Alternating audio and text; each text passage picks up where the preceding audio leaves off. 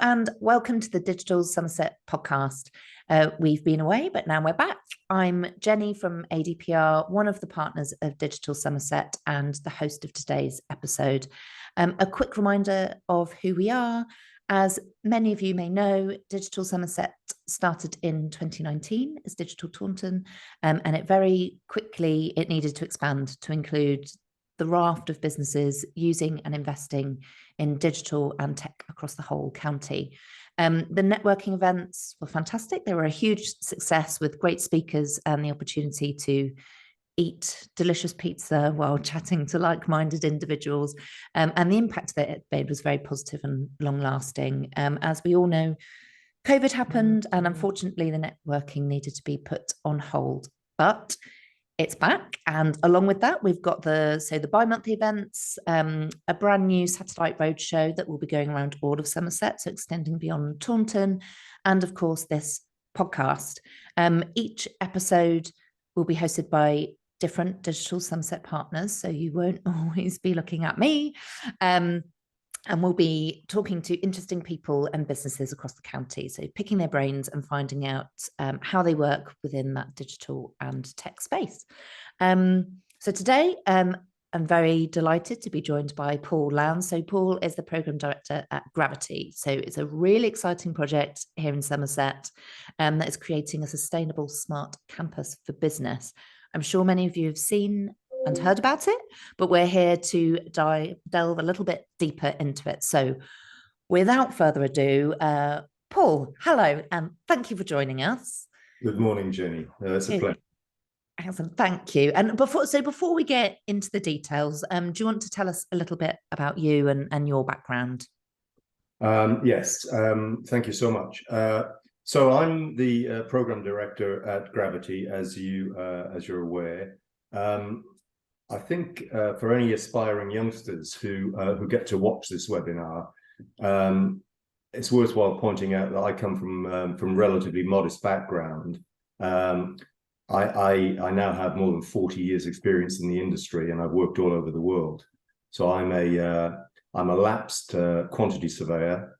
I did a thick sandwich course at the Polytechnic of Wales back in the day.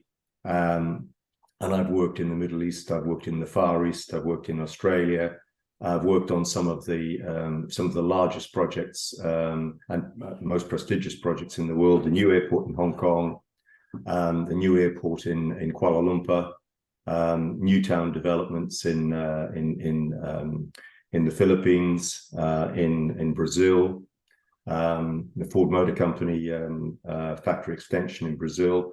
I came back from Brazil to deliver Gravity. I've been with Salamanca Group, one of the companies behind Gravity, for the last 16 years, and I've delivered all of their real estate projects. So, from a relatively modest background, I've had the honor and the pleasure to see and deliver projects around the world. Participate in culture and be a big neighbor and a guest in many countries over the last 40 odd years. And we are a guest and a very big neighbor in Somerset. Well, and as you say, you've got experience from all around the world, and it's great that you're back and delivering this project in Somerset, which is very exciting. We had a Digital Somerset event last night, actually, and everyone was very excited to hear more about the Gravity project. They were really happy that we were talking to you today. There was lots of people wanting me to find out secrets. I said I couldn't make any promises, but I would certainly find out what I could. But for those who might not already know, because it's a big project, isn't it? So lots of people in Somerset and beyond do know about it, but do you want to give us a bit of an overview of exactly what it is for those that don't know? Yes, so Gravity is a truly remarkable opportunity. We acquired the site from BAE Systems in 2017, almost 5 years ago to the day exactly. It's 630 acres of brownfield site. brownfield being very important because brownfield regeneration goes straight to the very heart of net zero carbon, sustainability, clean growth. The site is remarkable. The site was contaminated. We have cleaned the site. We built a link road, which bypasses the village of Puriton. In fact, we got the Institute of Civil Engineers award last night for projects over £8 million in ICE Southwest awards ceremony. So that was very very well done. Congratulations. And very well earned by Stantec, by Alan Griffiths, Heart of the Southwest LEP, and Gravity. So that was very pleasing. So 630-acre brownfield site. The unique things about this site is are that we're proximate to the M5, very proximate to the M5. We have a redundant railway head, which we're able to reinstate. We've got ample power with two National Grid 400 MVA power lines, which one of which crosses just to the north of the site, and one of which runs through the eastern corridor of the site. That's the new T-pylon line. We have water abstraction licenses to take water out of the Huntsville River, and we have 48 pair dark fiber optic, which you'll want to know more about later. And we have 5G on the site. So the site really ticks all the boxes in terms of the requirements for a clean growth, sustainable development. But in addition, we're midway between Bristol and Exeter. We have 5 Russell Group universities within close proximity of Gravity. We have great further education colleges.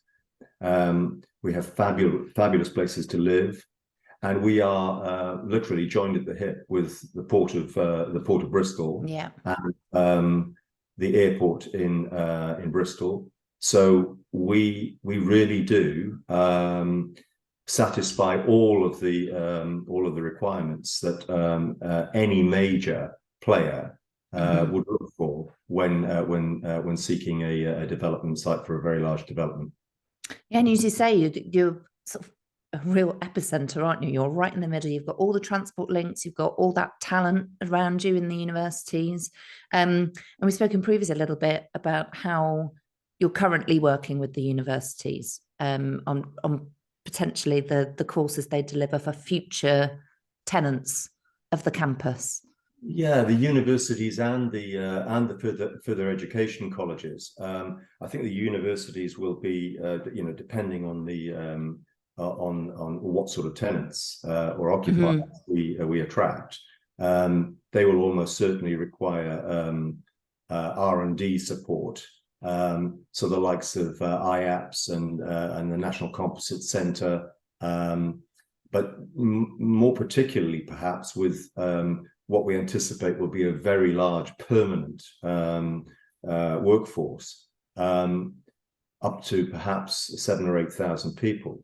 They'll require bespoke, tailored training courses for their employees. We could be talking about EV manufacturing. We could be talking about battery manufacturing, and that hasn't happened really in the UK to date. So these will be courses tailored to the precise requirements of any occupier. Yeah, it shows the importance, doesn't it, of the site, actually. That's the working so closely with those sort of educational institutions and the opportunities there.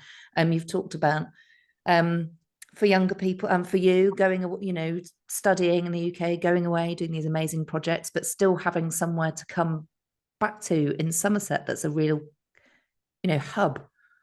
Yeah, I mean, I think Gravity can act as a catalyst for growth in the Greater Southwest.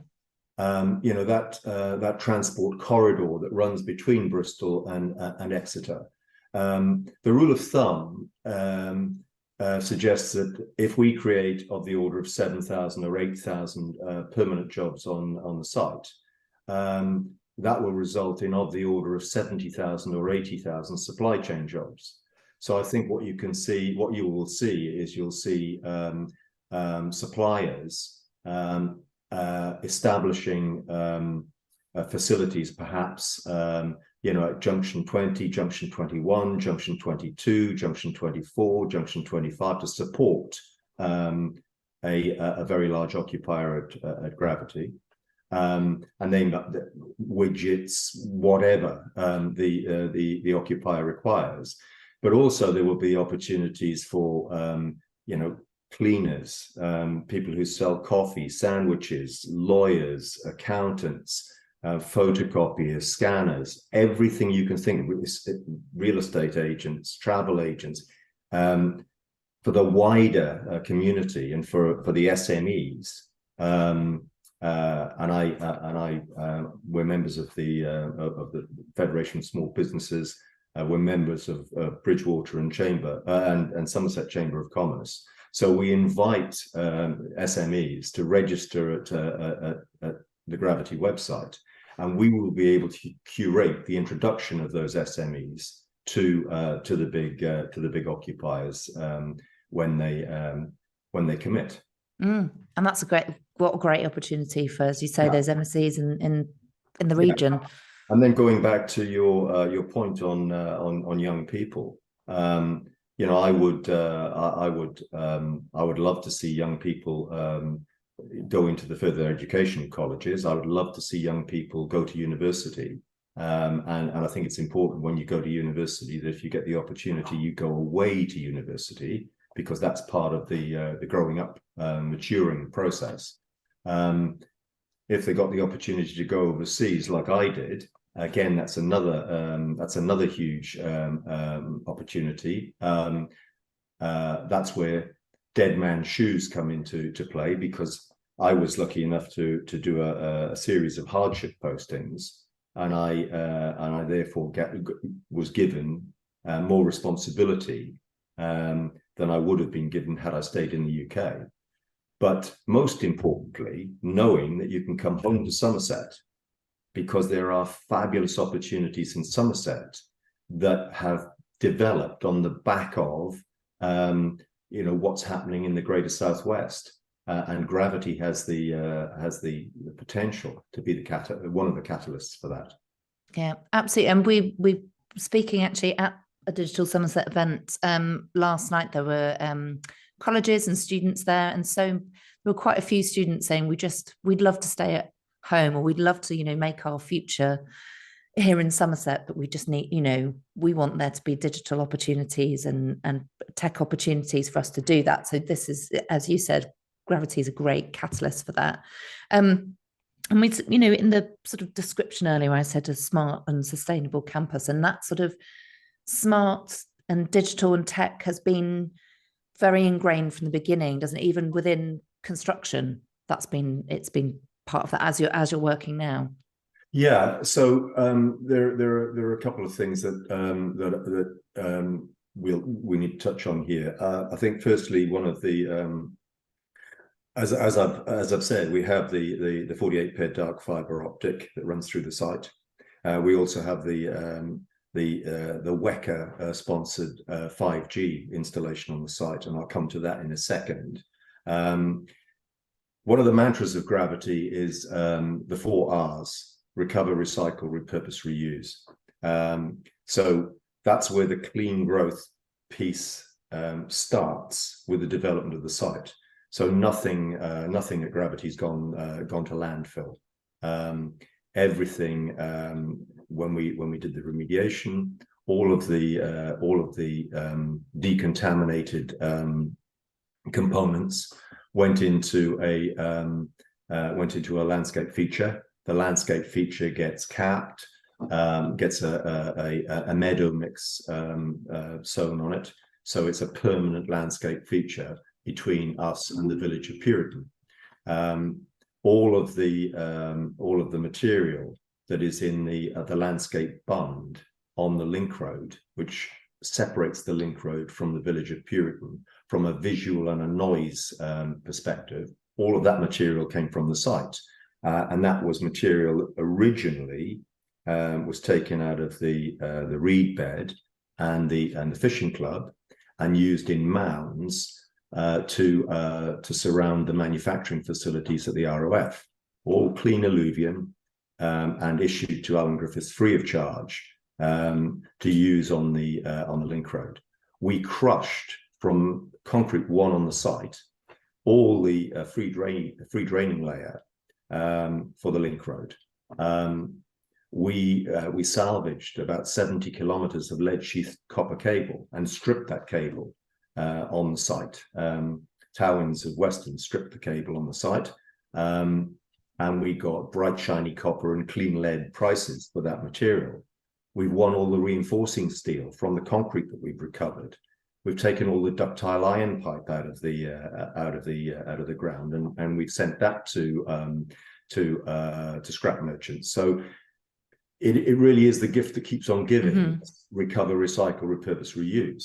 And that is a thread that will run through the operation of the smart campus as well, because we have aspirations to green economy, circular economy. So everything that comes onto the site gets recovered, recycled, repurposed, reused. And that starts with construction, but it goes through the facilities management and the operation of the smart campus.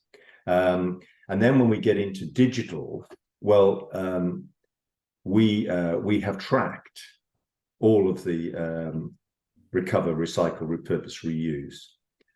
When we did the remediation, everything we found, where we found it, is on a GIS map.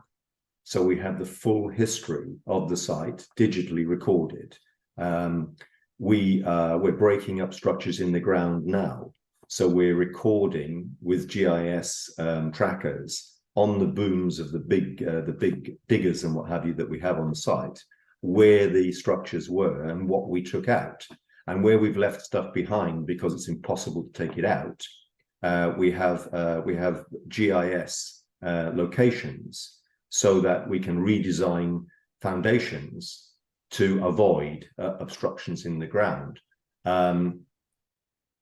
Everything we design for the site will be on BIM and Reddit.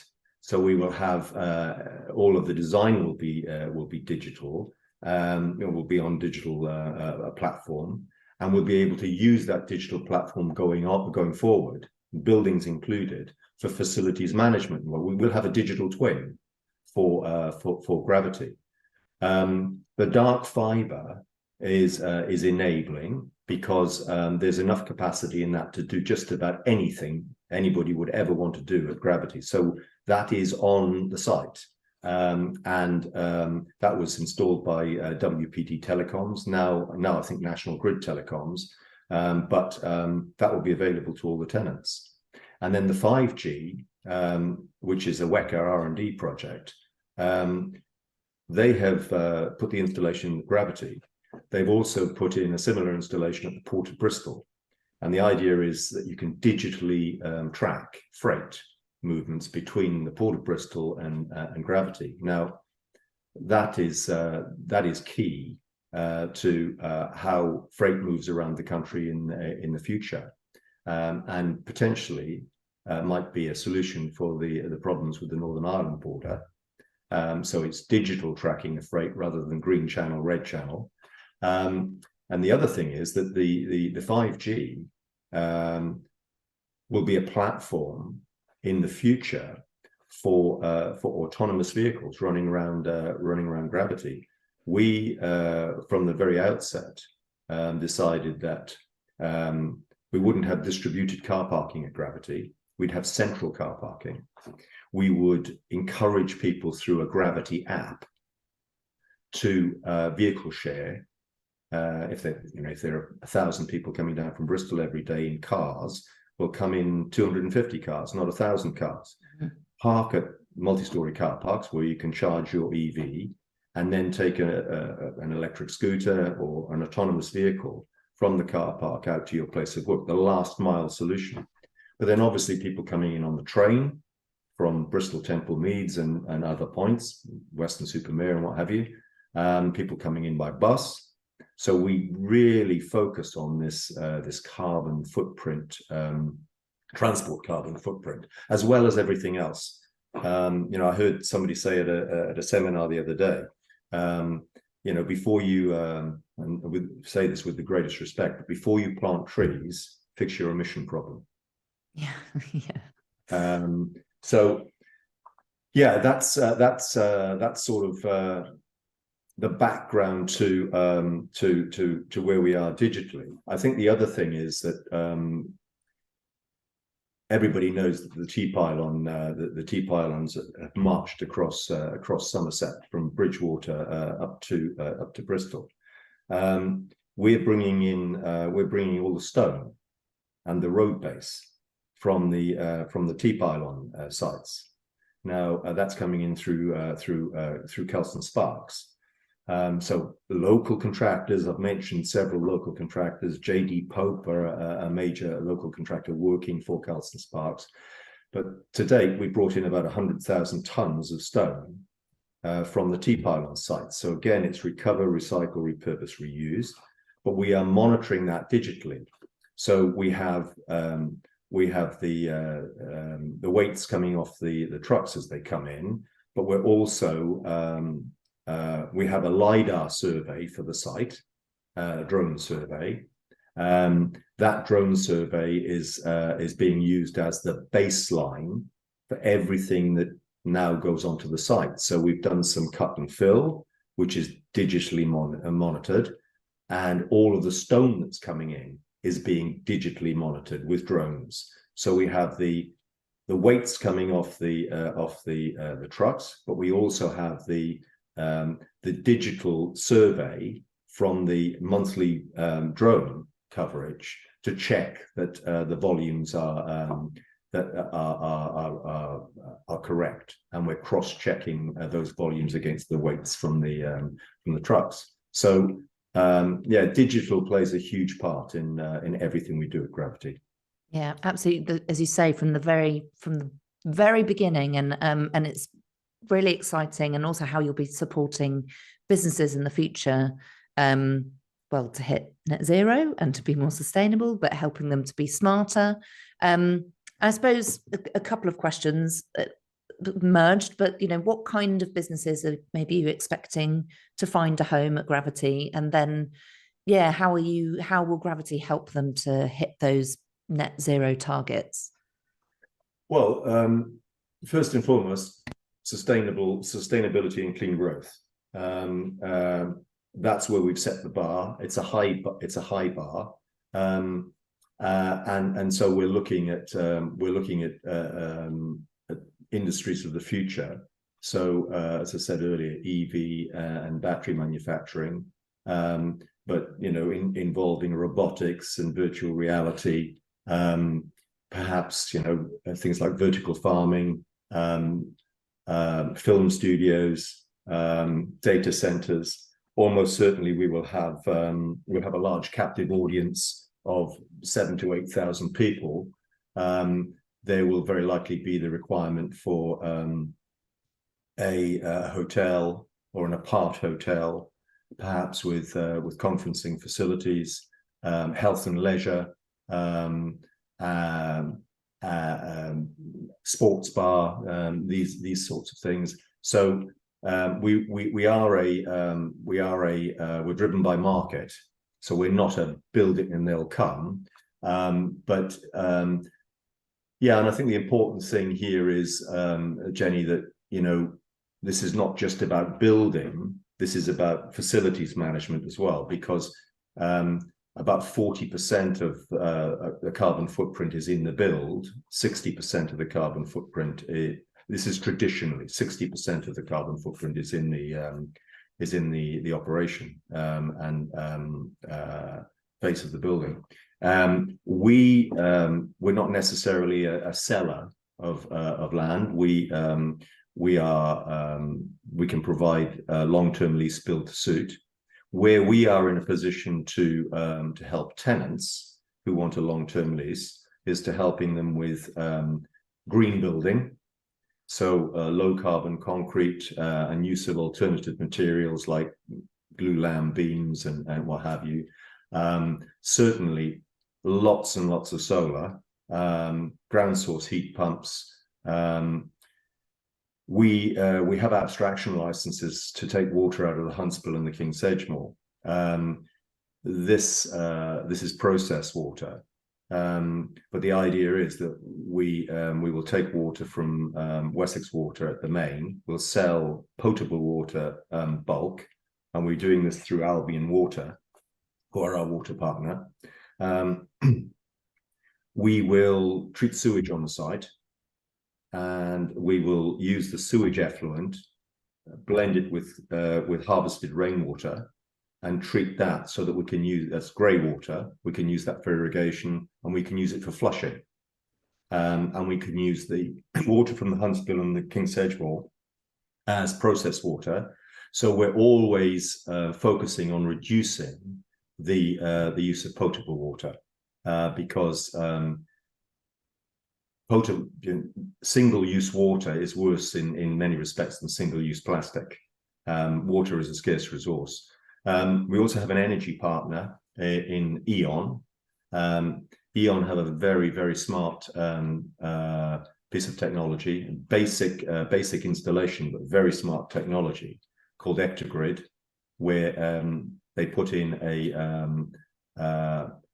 cold water pipe and a warm water pipe, and tenants will be able to dump excess coolth and excess heat into the cold and warm water pipe respectively, and we're able to balance heating and cooling across the site. Now, we visited E.ON projects in Eastern Europe, in Europe, probably three years ago, before COVID, where we spoke to tenants. Tenants were enjoying up to 70% reduction in energy consumption. So again, we're looking to mitigate whatever we take from the grid, reduce, and then use solar, use the Ectogrid, use ground source heat pumps, use energy generated from the biodigester that treats the sewage waste. So again, always looking for means of reducing what we take from the grid. And we talked about transport earlier, planting a lot of trees. We have a lot of trees on the site already. We have a plant nursery on the site. We will have a plant nursery on the site. We've already built the facility. Unfortunately, needs to be relocated. That is in partnership with Bridgewater and Taunton College. But we will grow our own to replace any mature trees that need to be replaced. So we really are looking at this holistically, and we've talked about recover, recycle, repurpose, reuse, and that will run. It's run from the beginning of the remediation.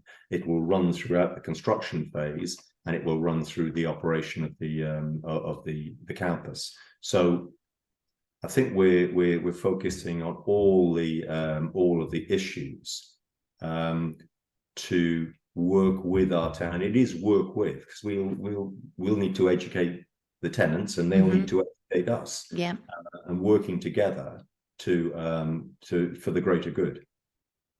Yeah, great. It's very exciting. It's amazing, as you say. It's from the beginning all the way through, educating tenants. It's an amazing project that will hopefully be a good blueprint for other projects across the country. I think one of the things maybe we could look at a little bit more as well as, and you mentioned earlier, and I think listeners would probably interested in, as well as that sort of the dark fiber connectivity and the 5G infrastructure and kind of what that means. I know you've touched upon tracking and connecting to Bristol Port. But what are the other benefits there of having that on site? So I'm not sure I can go much further with that, because I'm a Luddite. I'm of that age where I'm a digital I'm a digital novice. I know how we can apply the digital technology to the construction, what we day in, day out, and digital twins for the buildings, digital twin for the development. The principle everybody will require what we've got now. I mean, at the moment, we don't have connectivity on the site. We tried to do this last week. We had to suspend or postpone the podcast. So I'm coming to you from home this morning, where I have good dark fiber or good fiber Wi-Fi. The 5G, I think we've just scratched the surface. Initially, it's for tracking freight. That's the pilot. But the autonomous vehicles, just about everything we do on the site. We'll have business management systems which run through the site. And SCADA systems which monitor all of the utilities and can be proactive as opposed to reactive in terms of fixing problems and identifying unnecessary waste and inefficiencies and what have you. I think that's where the strength lies. Yeah, I'm sorry to be so vague. It's not. It's that is not vague at all. I think no. It's